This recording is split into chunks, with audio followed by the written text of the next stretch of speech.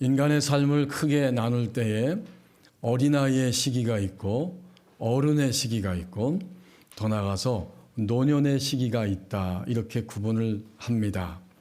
그런데 그 가운데 또다시 두 부류의 시기가 있게 되죠. 곧 청소년기의 시절이 있습니다.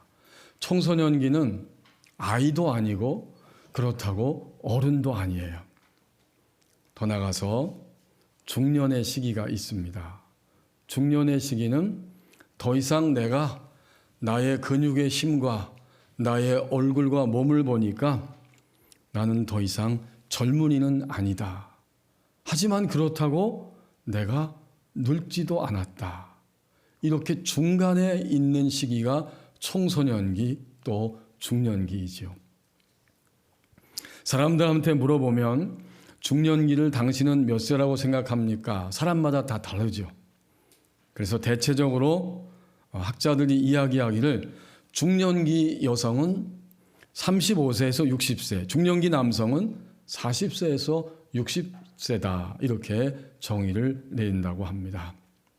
하지만 고려대학교 심리학과 교수이신, 지금은 명예교수이지만 한성열 교수님에 의하면 중년기는 다 사람들이 자신이 중년기라고 생각할 때의 중년기다, 이렇게 이야기합니다. 중년기는 글자 그대로 중간에 있는 시기인데 그냥 낀 시기, 애매한 시기가 아니라 아주 중요한 시기라고 말합니다. 왜 그렇습니까?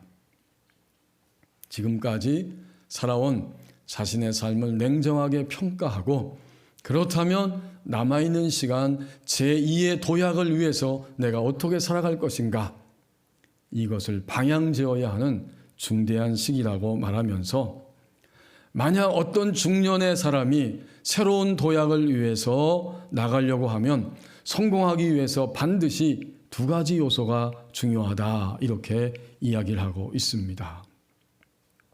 이제는 나로 살아야 한다라고 하는 책에서 그 이야기를 해줍니다. 먼저 중년의 사람이 새로운 일을 시작하려고 할 때에 뭘 해야 되느냐? 첫째는 자신이 가장 잘할 수 있는 일을 시작하는 것이 좋다. 지금까지 이것저것 또는 이 사람 저 사람과 비교했다면 이제 중년은 앞으로 남은 시간 자기가 가장 잘할 수 있는 바로 그 일에 뛰어들어야 합니다. 그것을 시작해야 합니다. 그리고 두 번째 원리는 더 이상 자신의 위치가 갑이 아니라 을이라고 하는 것을 받아들여야 한다. 갑의 위치에 있었을 때에는 내가 가진 자원으로 다른 사람들, 내 지위로 그 사람들을 이렇게 자기의 방침에 따르게 하는 위치에 있었지만 이제 중년이 되어서 새 일에 뛰어들 때에 나는 을이라고 하는 사실을 인정하고 그렇게 자존심을 내려놓아야 합니다. 이런 뜻이에요. 그러면서 자존심과 자긍심을 구별합니다. 자존심은 남에게 굽히지 않고 스스로 품위를 지키는 마음이지만 자긍심은 자기 자신이 자기를 스스로 자랑스럽게 여기는 마음입니다. 그래서 자긍심의 원천은 자기가 자기를 인정하는 것이라고 설명합니다. 더 이상 다른 사람의 인정에 목마르라 하거나 매이지 않고 내가 나를 인정하고 자랑스럽게 여기면서 을의 위치에서도 즐겁게 일을 할 수 있게 된다. 제2의 인생을 위한 중년의 도전에도 희망과 즐거움이 깃들 수 있다.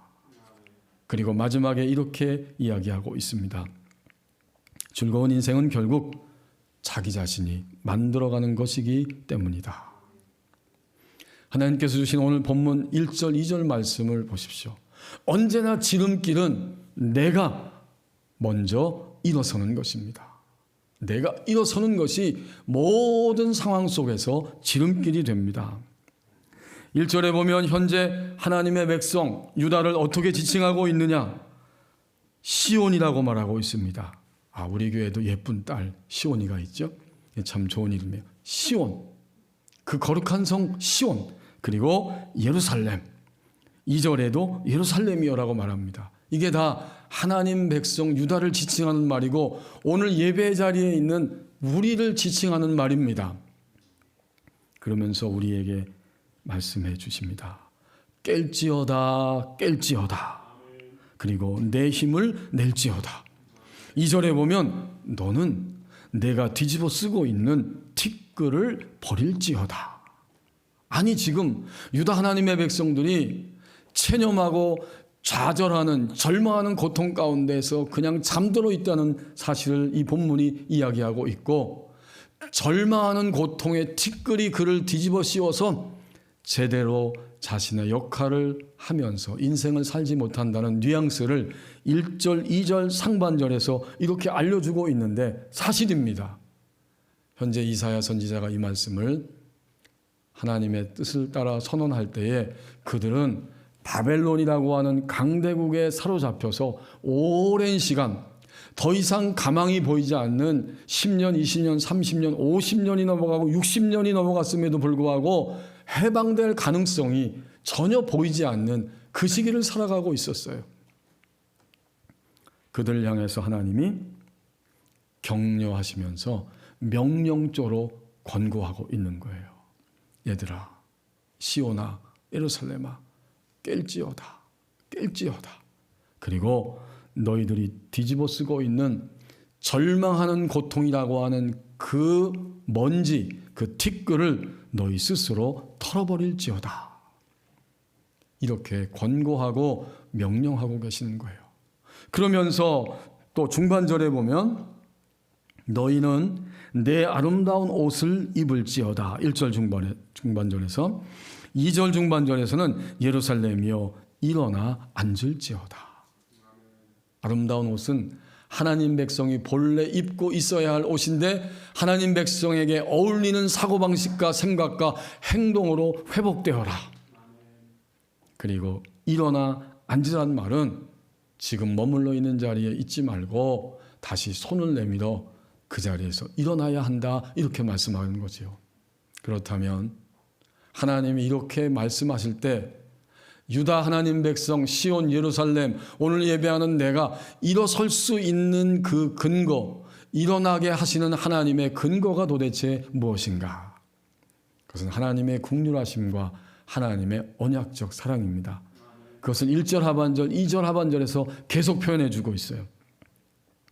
1절 하반절에 보면 하나님이 이제부터 너희가 만약 일어나려고 하고 일어났을 때, 그리고 일어날 수 있는 것은 이제부터 할례받지 아니한 자, 부정한 자, 이방의 세력들은 다시는 너를 침범하거나 너에게 돌아오지 않게 될 것이고 내게 들어옴이 없을 것이다. 이게 하나님의 약속이에요. 그리고 2절 하반절에서 보면 사로잡힌 딸 시온이여 내 목의 줄을 스스로 풀지어다. 그런데 이 줄을 풀지어다라는 말을 이미 이루어진 사실로 해석할 수 있다는 거죠. 거기 일자가 써 있고 뭐라고 해석하고 있습니까? 줄이 밑에 보면 줄이 풀렸도다. 그렇군요. 하나님이 이미 긍휼하심으로 너희에게 다가서고 있고 그리고 이미 너희를 해방시키기로 작정하시고 그리고 그 일을 이루실 것이기 때문에 너희는 깨어나고 일어설 수 있다. 역시 항상 먼저 다가오시는 분은 하나님 아버지이십니다. 동시에 다가오신 하나님의 긍휼하심을 믿고 붙잡고 손을 내밀어서 그 약속의 말씀을 붙잡고 일어서야 하는 것은 인간된 오늘 예배하는 저와 여러분의 몫입니다. 오래전에 보았던 선전 하나가 갑자기 떠오릅니다. 어떤 선전인지 잘 확실히는 모르지만 이런 장면이에요. 어떤 사람이 피곤해서 지쳐서 또는 술을 한잔 해서 술을 과음해서 그냥 그 길거리 골목에 푹 쓰러져서 주저앉아 있는데 위에서 물이 확 쏟아집니다. 그리고 들리는 멘트가 깨어나십시오. 이 사람이 물 한 바가지를 뒤집었으니까 이렇게 머리를 약간 흔들면서 눈을 떴어요. 정신이 좀 든 거지요. 그 다음 장면은 없어요. 여러분 상상해 보십시오. 이 사람은 두 가지 행동을 할 수 있습니다. 잠들어 있다가 절망이라고 하는 고통에 그리고 어떤 취함이라고 하는 타락의 고통에 잠들어 있다가 물이 확 뿌려지니까 정신이 좀 들었는데 그때 정신을 차리고 손을 짚고 일어날 수도 있고 아니면 에이 귀찮아 모르겠다 될 대로 되라 하면서 다시 그 자리에 들어놓을 수도 있습니다. 그래서 하나님이 1절과 2절에서 70년 가까이 해방이 되지 않고 우리가 우리 조상적부터 믿었던 하나님보다 이 강대국 바벨론의 신이 훨씬 더 크고 위대하다라고 여기면서 이제는 완전히 절망의 고통 속으로 빠지고 있는 그 하나님의 백성들, 그들의 모습, 우리가 과연 이런 모습으로 나의 인생을 살아갈 것인가? 아니면 오늘 위로하시고 명령적으로 권고하시고 국률과 사랑의 손길을 베풀어 주시는 하나님의 손을 붙잡을 것인가? 믿음의 생활은 성령과 나의 의지가 함께함입니다. 성령은 항상 다가오시지만 나의 의지가 반응하고 동의할 때에 회복의 역사가 일어납니다. 언제나 지름길은 내가 일어서는 것입니다. 3절 말씀을 보십시오. 하나님의 손이 자유함의 세계로 이끌어 주십니다. 3절에 보면 이 말을 선언하고 있는 분이 하나님이라는 것을 다시 한번 확인시켜 주죠. 그래서 여호와께서 이와 같이 말씀하신다. 너희가 값없이 팔려버렸는데 돈 없이 속량될 것이다. 값없이 팔려버렸다. 이거 무슨 생각이 듭니까? 이 거래하는 장면이죠. 하나님이 상거래를 통해서 설명하시는 거예요. 너희는 값없이 팔려버렸다. 다시 말하면 지금 하나님은 무엇을 하셨느냐? 하나님의 백성을 팔아버리신 거예요. 그러면 유다, 예루살렘, 시온, 하나님의 백성은 누구입니까? 팔려버린 물건이고 강대국 바벨론은 하나님에게서 바로 팔려버린 물건, 하나님의 백성을 사버린 새로운 주인입니다.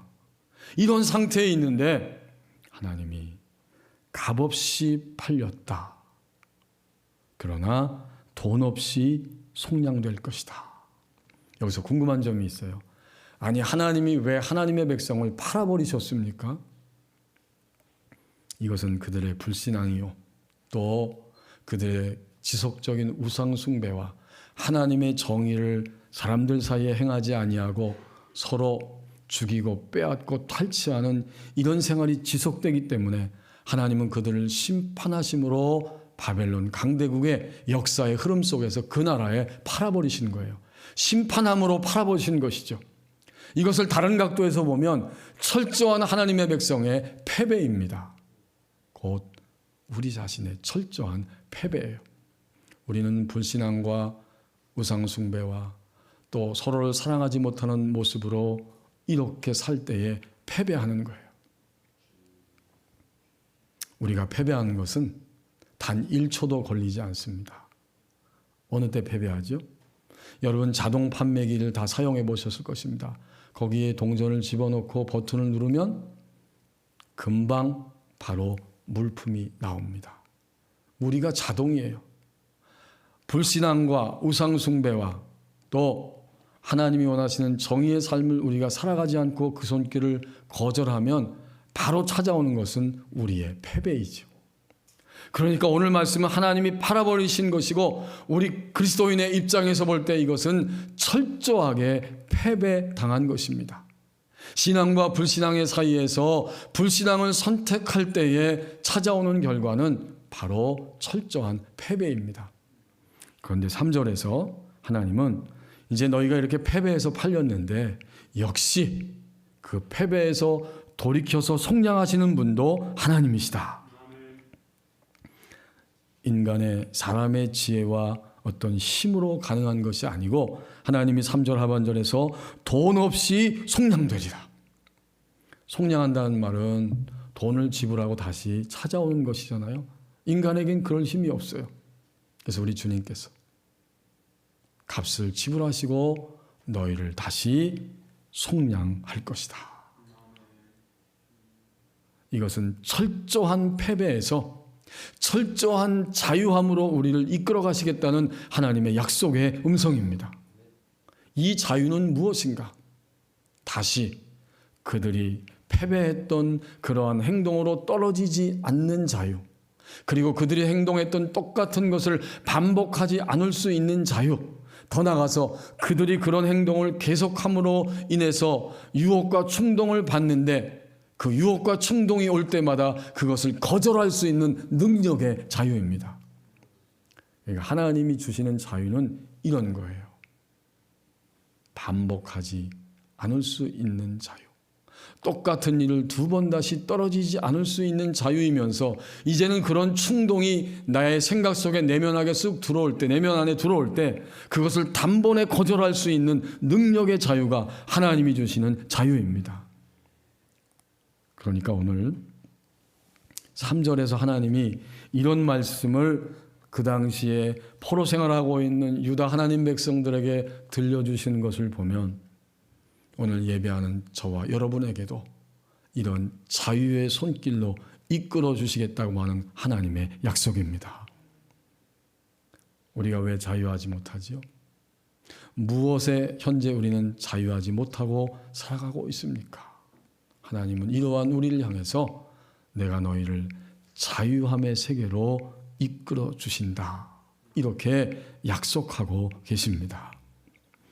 한 4년, 정확히 말하면 5년 전쯤에 서울 온누리교회에서 선교를 위해 운영하고 있는 CGN TV가 있는데 거기에 한 그리스도인 여성 의사가 출연해서 여러 시간 동안 정신과 의사로서 사람들의 치유에 대해서 강의한 그런 일이 있었습니다. 근데 그 방송이 나간 이후에 전국에 있는 수많은 그리스도인들이 바로 그 유은정 정신과 원장이 운영하는 그 병원으로 몰려들었다고 그래요. 사람들이 갑자기 찾아오니까 시간도 부족하고 체력도 부족하고 또 함께 일하는 그러한 직원들 숫자도 부족해서 몹시 힘들었지만 그래도 이 사람들을 대하는 마음, 이게 주님의 마음이겠다 싶어서 최선을 다해서 진료하고 주님께 더욱더욱 기도하며 내담자들을 돕기 위해서 애를 썼다고 합니다. 그런데 어떤 분들은 와서 한 서너 번 상담하면 꽃망울이 피어나는 것처럼 활짝 피어나서 생기를 회복하는데 어떤 분들은 더 마음이 냉담해지고 딱딱하게 굳어져서 그리고 어떤 말씀과 조언도 받지 않고 그냥 집으로 돌아간다는 거예요. 그러니까 이 이윤정 정신과 원장, 이분은 이제 의학 박사이면서 또 이력을 보니까 미국의 플러 신학대학원에서 신학을 전공했어요. 특이한 이력인데 하나님이 이렇게 사용하십니다. 그들이 돌아가는 뒷모습에서 이런 마음이 느껴졌다는 거예요. 그럴 줄 알았어. 그 정도의 영성을 가지고 무슨 사람을 치료한다고 그래 당신이, 이런 마음이 느껴졌다는 거예요. 상처죠, 의사에 있어서도. 그럴 때면 참으로 모든 사람을 내가 다 치료할 수 없다는 것을 알면서도 낙심이 돼가지고 집에 와서 지쳐 쓰러진다는 거예요. 하지만 그대로 있지 않고 울면서 주님께 기도를 드렸다고 합니다. 하나님, 이분들이 지고 있는 짐이 너무 무겁고 제가 할 수 있는 해결할 것은 죄 있는 저로서는 너무나 버겁습니다. 울면서 통곡하며 기도할 때 하나님이 이런 마음을 주셨다는 거예요. 그냥 그 자리에서 내가 보내는 사람들을 만나거라. 하지만 하나님, 지금 제 삶도 엉망인데 어떻게 제가 다른 사람들을 변화시킬 수가, 고쳐줄 수가 있겠습니까? 그때 예수님의 마음을 느끼게 해주신다는 거예요. 주님이 이 땅에 오셔서 계시는 동안에 믿음이 부족한 제자들, 세리들, 죄인들 함께 하시고 병자들을 치료하셨다. 예수님이 오신 것은 바로 이러한 사람들을 위해서 오신 것이다. 그 사실이 마음에 깨닫게 될 때 다시 마음이 정리되고 용기가 나고 사랑의 마음으로 회복됐다는 그런 고백을 읽어볼 수가 있습니다. 어떤 한 사람도 외회가 없습니다. 그리스도인 신자된 우리는 일평생 동안 하나님의 손에 의해서 자유함의 세계로 이끌림을 받는 하나님의 사람들입니다. 그래서 하나님은 오늘 바벨론 땅에 묶여있고 매어있는 그들의 몸과 마음과 영을 새롭게 자유의 세계로 이끌어 주시겠다고 이사야 선지자를 통해서 친히 선포해 주셨습니다. 그리고 그 말씀은 오늘 우리에게도 그대로 들려주시는 하나님의 음성입니다. 하나님의 손이 오늘 예배하는 나를 자유의 세계로 이끌어 주십니다. 이제 마지막 4절 말씀을 보십시오. 내면 세계의 질서가 새로워지는 생활로 나아갑니다. 4절에 보면 하나님이 다시 한번 자신이 누구신가를 되확인시켜 주시면서 확신을 주시죠. 주 여호와께서 이와 같이 말씀하신다. 주권자라는 의미죠.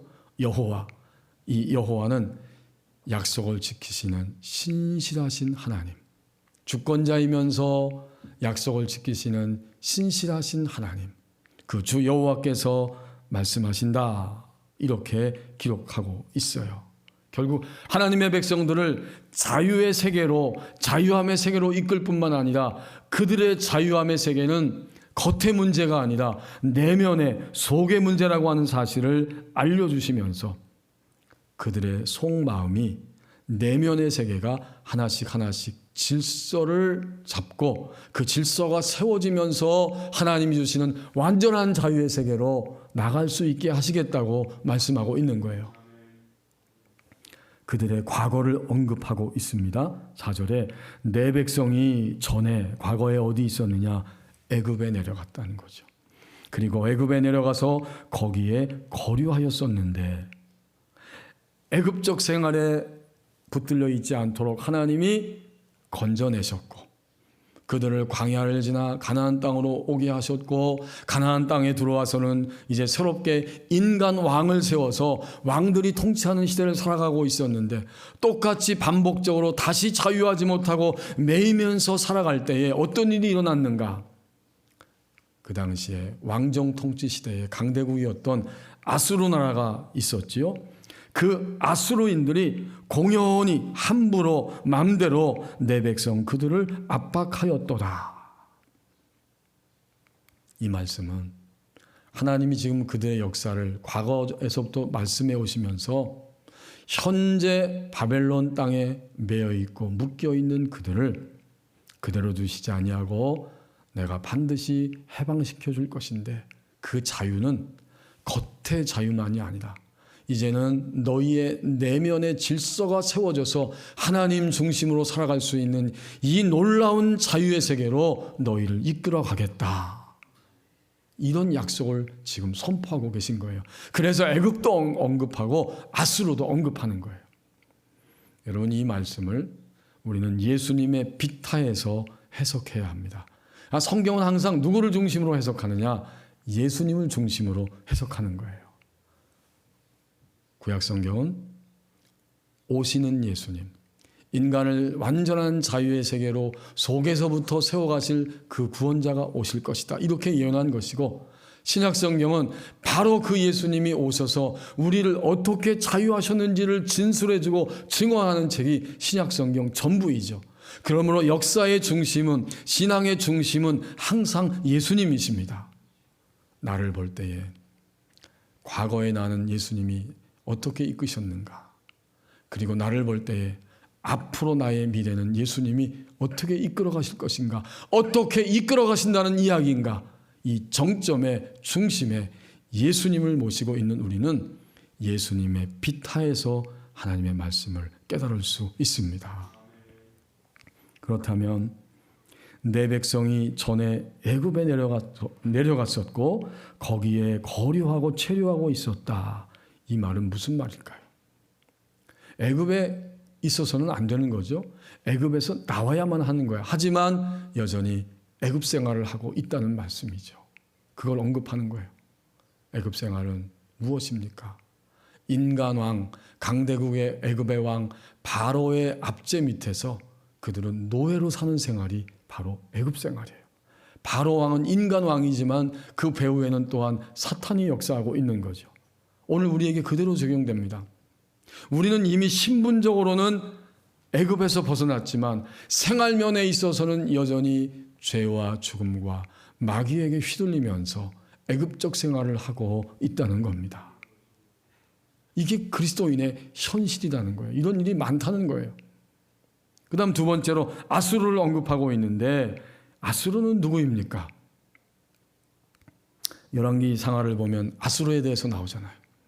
아수르는 하나님의 백성 가운데 한 부분인 북쪽 이스라엘을 침략하고 그들을 역사의 무대에서 사라져버리게 한 장본인이 아수르잖아요.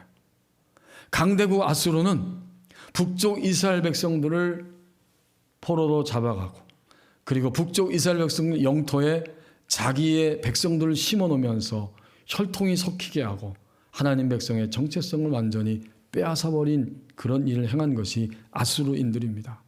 그 표현이 바로 아수르인은 공연히 그들을 압박하였도다, 그 표현이에요.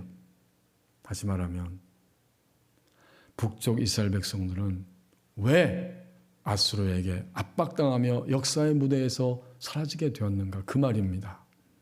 그것은 철저하게 그들이 하나님 중심으로 살지 아니하고 자신들의 육신의 욕망과 그 주관적인 생각과 습관을 따라서 끝까지 살아갔기 때문에 그들은 역사의 무대에서 심판을 받고 사라진 것입니다. 그러면 오늘 우리에게는 어떻게 적용이 될까요?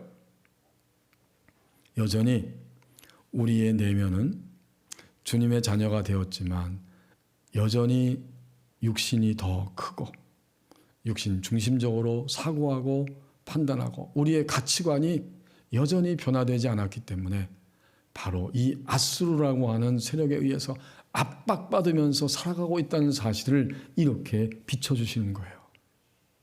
그러니까 하나님은 얘들아, 애굽적 생활도 안 되고 또 아수르인에 의해서 압박당하는 생활도 정상이 아니고 이제 너희가 바벨론 땅에서 나의 손에 이끌려서 자유함을 얻게 될 텐데 그때의 생활은 겉이 아니고 속에서부터 질서가 세워져서 하나님 중심으로 판단하고 생각하고 나가는 진정한 하나님 백성으로 살아가게 될 것이다.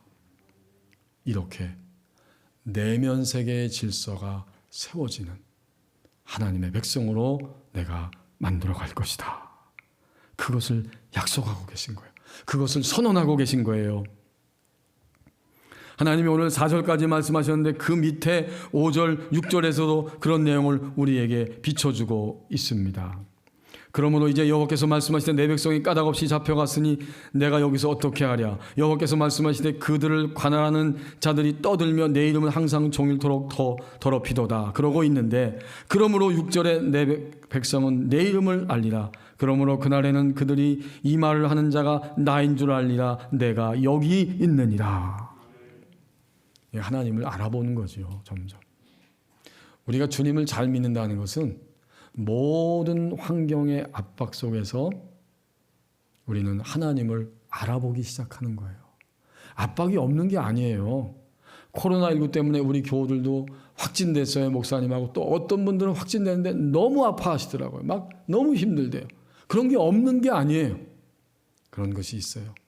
오늘도 우리는 물질 때문에 염려하기도 하고 또 여러 가지 관계적인 환경 때문에 그 누구 때문에 너무 속상하다고 하는 이런 이야기를 저는 이번 주간에도 들었습니다. 그게 다 환경이죠.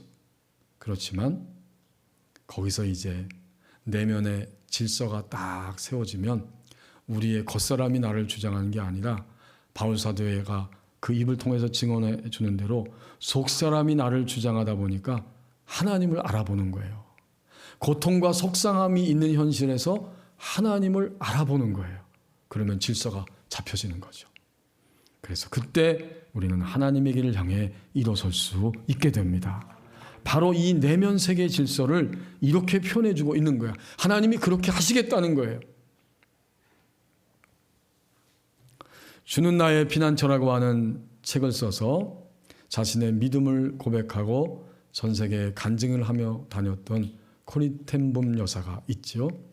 그 독일 나치에 의해서 정말 말할 수 없는 그러한 고통을 당했지만 그것을 믿음으로 극복한 귀한 하나님의 사람인데, 자신의 이러한 믿음의 원동력은 자신을 키워준 아버지에게 있었다고, 아버지의 영향이었다고 증언하고 있습니다. 그 아버지의 이름이 캐스퍼 텐붐인데 어릴 때부터 시계방을 운영하고 있었다고 그래요. 그러면서 아침과 저녁으로 가족들과 함께 찬송하고 성경을 읽었습니다. 자기 상점에 찾아오는 사람들에게는 친절과 최선으로 기쁘게 맞이하고 또 기회가 닿는 대로 복음을 전하는 이런 삶을 아버지가 살아가셨다고 합니다. 그러나 그 시기는 굉장히 경제적으로 어려운 때였습니다. 하루는 한 부자가 그 가게에 찾아와서 자신의 그 시계방, 아버지가 운영하는 시계방에서 가장 비싼 시계를 지목하면서 현금으로 사겠다고 돈을 내밀었습니다. 가만히 보니까 저 시계만 팔리면 그동안에 가족들이 고생했던 것 다 청산할 수 있고 그렇게 잘 살 수 있는 거래였다고 합니다. 그런데 그 거래가 끝나고 시계를 받아들이면서 그가 이렇게 말했습니다. 내가 왜 여기 시계방에 왔냐면 여기서 가까운 시계방에 가서 고장난 자기가 그토록 아끼는 시계를 고쳐달라고 했지만 고칠 수가 없다고 그래서 나는 여기 이 시계방에 왔습니다. 이렇게 말을 하는 거예요. 그때 이 코리의 아버지가 그러시냐고, 그럼 그 시계를 좀 보여달라고. 그래서 그 시계를 손에 받아가지고 몇 번 만지작거리면서 손을 보더니 멀쩡하게 수리를 했습니다. 시계가 고쳐진 거예요. 아무 문제가 없다고 말하면서 돌려주는 겁니다. 그리고 이어서 하는 말이 그 옆 동네 그 시계방의 청년은 지금은 초년병이기 때문에 젊어서 그렇지 조금만 더 경험이 필요할 뿐이지 조금만 기다려주면 그 청년도 아주 유능한 그러한 시계공이 될 것입니다. 이런 말을 하고 있는 거예요. 여기까지 칭찬하고 끝났으면 얼마나 좋았을까요? 근데 자기 아버지가 갑자기 받은 현금을 다 돌려주더랍니다. 그걸 다 돌려주고 자기가 판 시계를 다시 달라는 거예요. 이때 이 코리는 막 화가 났습니다. 속으로. 저거를 그대로 우리가 팔아야 되는데 그러면 우리 가정이 훨씬 더 잘 살 수 있는데 막 화가 났어요. 그렇지만 부친은 웃으면서 시계를 다시 저에게 주시지요 하고 그 손님을 돌려보냈다는 거예요. 나중에 화가 난 이 딸이 아버지에게 반문했습니다. 왜 이 좋은 기회를 포기하고 아버지 거래를 그렇게 하십니까? 그때 아버지가 이렇게 대답했다고 합니다. 코리야, 돈은 하나님이 필요하면 언제든지 우리에게 주실 수 있지 않겠니? 그러나 우리는 최선을 다해서 정직하게 손님을 섬기지 않는다면 하나님이 기뻐하실까? 코리야, 우리들 그리스도인들은 돈을 벌기 위해 사는 사람들이 아니라 하나님을 기쁘시게 하기 위해 사는 자들이란다. 그날 이후로 이 코리는 아버지의 이 교훈을 평생 동안 잊을 수가 없었다고 고백합니다. 이 이야기를 제가 읽을 때에 이 코리 여사의 아버지는 정말 내면 세계의 질서가 세워지는 삶을 살았구나. 이렇게 깨달을 수가 있었습니다. 하나님 중심의 새로운 가치관, 새로운 감정, 새로운 행동, 이 모든 내면 세계 질서가 세워져 있기 때문에 어떤 상황에서도 하나님을 알아보고 하나님에 의해서 자신의 인생을 살아가는 진정한 그리스도인이었다라는 사실을 저는 도전적으로 깨달을 수 있었습니다. 하나님 우리에게 주시는 자유함의 세계는 겉의 문제가 아니라 속의 문제입니다. 내면 세계의 질서가 세워지는 생활로 나아갑니다. 인간은 일평생 동안 부모를 찾아서 헤매는 존재다. 심리학자 프로이트의 말입니다. 그러면 신자된 우리도 일평생 동안 부모를 찾아 헤매게 되는데 그 부모는 다름 아닌 하나님 아버지이십니다. 집을 떠난 우리는, 곧 하나님의 품을 떠난 우리는 그러므로 일평생 동안 부모를 찾아 헤매게 되는데 바로 그 부모가 우리 하나님 아버지이십니다. 이렇게 찾아 헤매는 우리들을 향해서 하나님은 본문을 통해서 말씀해 주십니다. 회복의 길로 가라고, 갈 수 있다고. 기도하시겠습니다. 이제 우리 함께 합심해서 1분 동안만 기도하기를 원합니다. 언제나 지름길은 내가 일어서는 것입니다. 자유함의 세계로 이끌으시겠다는 약속의 말씀을 붙잡고 내가 일어서는 것입니다. 하나님, 주의 손 붙잡고 내면 세계의 질서가 세워지는 이런 생활로 회복의 길로 가겠습니다. 함께 기도하겠습니다.